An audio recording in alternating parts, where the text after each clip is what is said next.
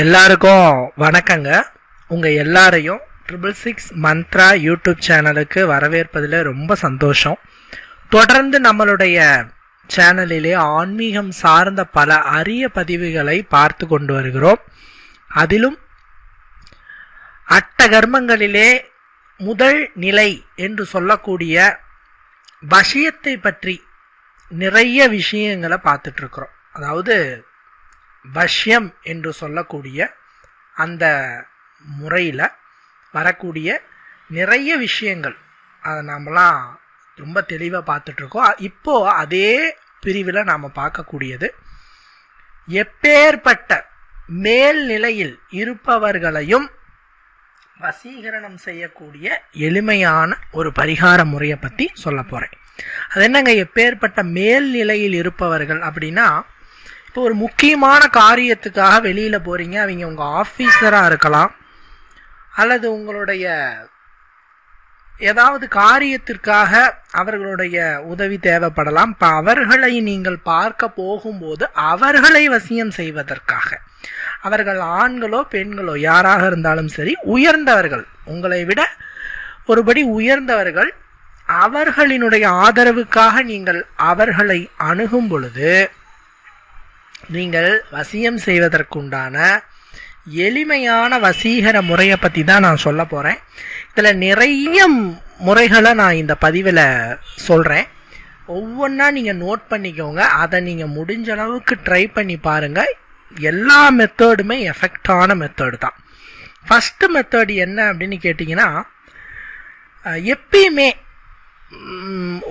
ஒரு மிகப்பெரிய விஷயத்துக்காக போகும்போது அந்த காரியம் எந்த தடையும் இல்லாமல் பரிபூரணமாக நடைபெற வேண்டும் என விரும்பினால், அருகில் இருக்கிற விநாயகரின் ஆலயம் சென்று விநாயகருக்கு ஒரே ஒரு தேங்காயை உடைச்சிட்டு போங்க. இது யாரும் அவ்வளோ சீக்கிரம் சொல்ல மாட்டாங்க, நான் சொல்கிறேன். இது பேர் சிதறு தேங்காய்னு சொல்கிறது. அருகிற விநாயகரின் ஆலயம் இருந்தால் விநாயகருக்கு ஒரே ஒரு தேங்காய் உடைத்து விட்டு செல்லுங்கள். அதாவது வேண்டிக்கோங்க, நான் இப்போ போகிற காரியம் எந்த தடையும் இல்லாமல் பரிபூரணமாக வெற்றிகரமாக நிறைவேற வேண்டும் என்று விநாயகரிடத்தில் வேண்டிட்டு ஒரு தேங்காயை உடைச்சிட்டு போங்க. கண்டிப்பாலும் அந்த காரியம் ஜெயமாகும். அனுபவ ரீதியாக பல நண்பர்களுக்கு இதை சொல்லி அவங்க அனுபவ ரீதியாக செஞ்சு பயனடைஞ்சதை தான் நான் சொல்லிக்கிட்டு இருக்கிறேன். நான் ஒன்றும் புதுசாக உங்ககிட்ட சொல்லலை, பயனடைஞ்சதை சொல்லிக்கிட்டு இருக்கிறேன். ஸோ ஏன் இதில் என்ன அந்த ட்ரிக்கு அப்படின்னு கேட்டிங்கன்னா, பிள்ளையார வேண்டி சிதறு தேங்காய் உடைக்கும் போது, சிதறு தேங்காய் என்பது ஜனவசியத்திற்குரிய ஒரு பொருள். ஜனவசியம்னா ஜனங்கள், மக்களை வசியம் செய்கிறது. ஸோ அதை உடைச்சிட்டு செல்லும் பொழுது என்ன காரியத்துக்கு நீங்கள் சென்றாலும் சரி, அந்த காரியம் நிறைவேறும். அதனால தான் விசேஷ காரியங்கள் நடைபெறும் பொழுது தேங்காய் வச்சிருப்போம். தேங்காய் சிவனின் அம்சம், அது ரெண்டாவது விஷயம். முதல் விஷயமே அது வசியத்திற்கான பொருள் என்பதற்காக. ஸோ இனிமேல் நீங்கள் எந்த காரியத்துக்கு போனாலும் சரி, இது நீங்கள் செய்யறதுக்கு முன்னாடி 3 விஷயம் நீங்கள் நோட் பண்ணிக்கணும். ஒன்று, அந்த காரியத்துக்காக நீங்கள் எஃபெக்ட் போட்டிருக்கணும். சும்மா நான் பாட்டு போகிறேன் அது சக்ஸஸ் ஆகணும் இல்லை, அந்த காரியத்துக்காக இப்போ எஃபெக்ட் போடணும். இப்போ உதாரணத்துக்கு இப்போ ஒரு நிலம் வாங்கணும், ரொம்ப நாளாக முயற்சி பண்ணுறீங்க, கிடைக்கவே மாட்டீங்கன்னா ஒரு தேங்காய் உடைச்சிட்டு போனால் நிலம் வந்து கிடைக்கும். இல்லை இன்னைக்கு தான் போகிறோம், ஒரு 19 ரூபா போகிறேன் மேலோட்டமாக, கிடைச்சா கிடைக்கட்டும், கிடைக்காம போகட்டும் அப்படின்னு நீங்கள் தேங்காய் உடைச்சிட்டு போனீங்கன்னா அது கண்டிப்பாக கிடைக்காது. நீங்கள் மனப்பூர்வமாக இது அமையணும், இறைவா எனக்கு கொடுன்னு மனப்பூர்வமாக வேண்டிக்கிட்டு போங்க.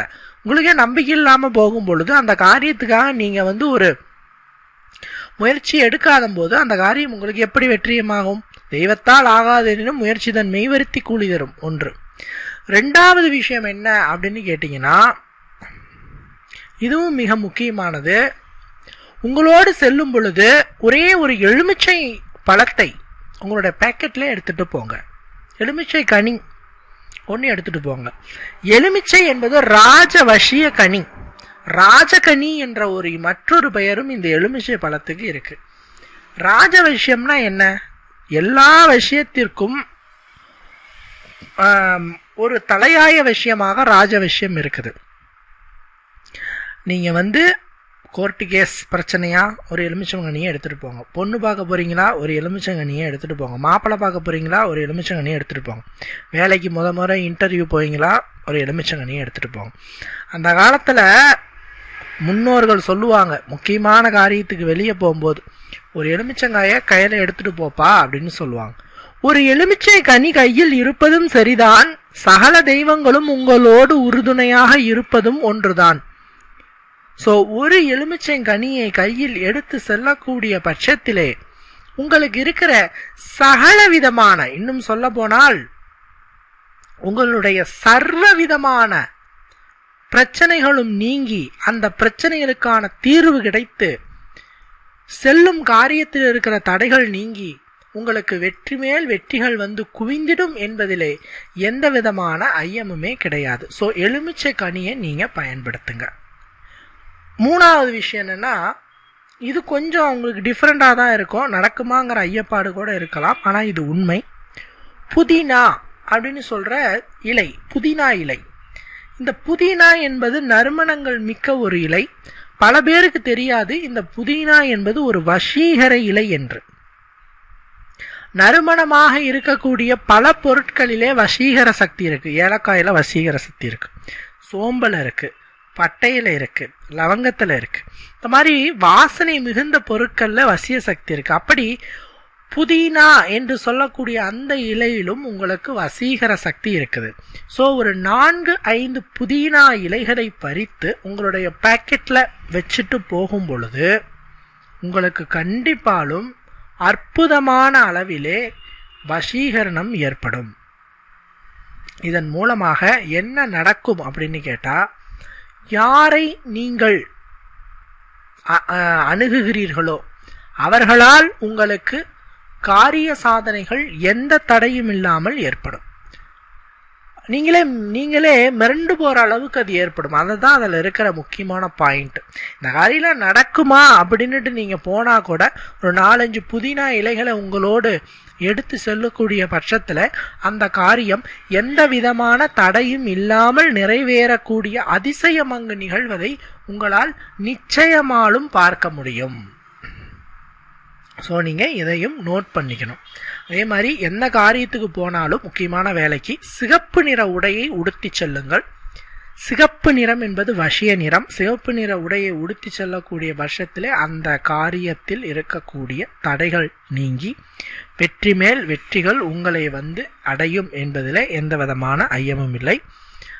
இந்த வீடியோ உங்களுக்கு மிகுந்த பயன் தரக்கூடிய வகையில் இருந்திருக்கும் என நான் நம்புகிறேன். மற்றும் ஒரு ஆன்மீக தகவல் வீடியோவில் உங்களை வந்து சந்திக்கிறேன். நன்றி, வணக்கம்.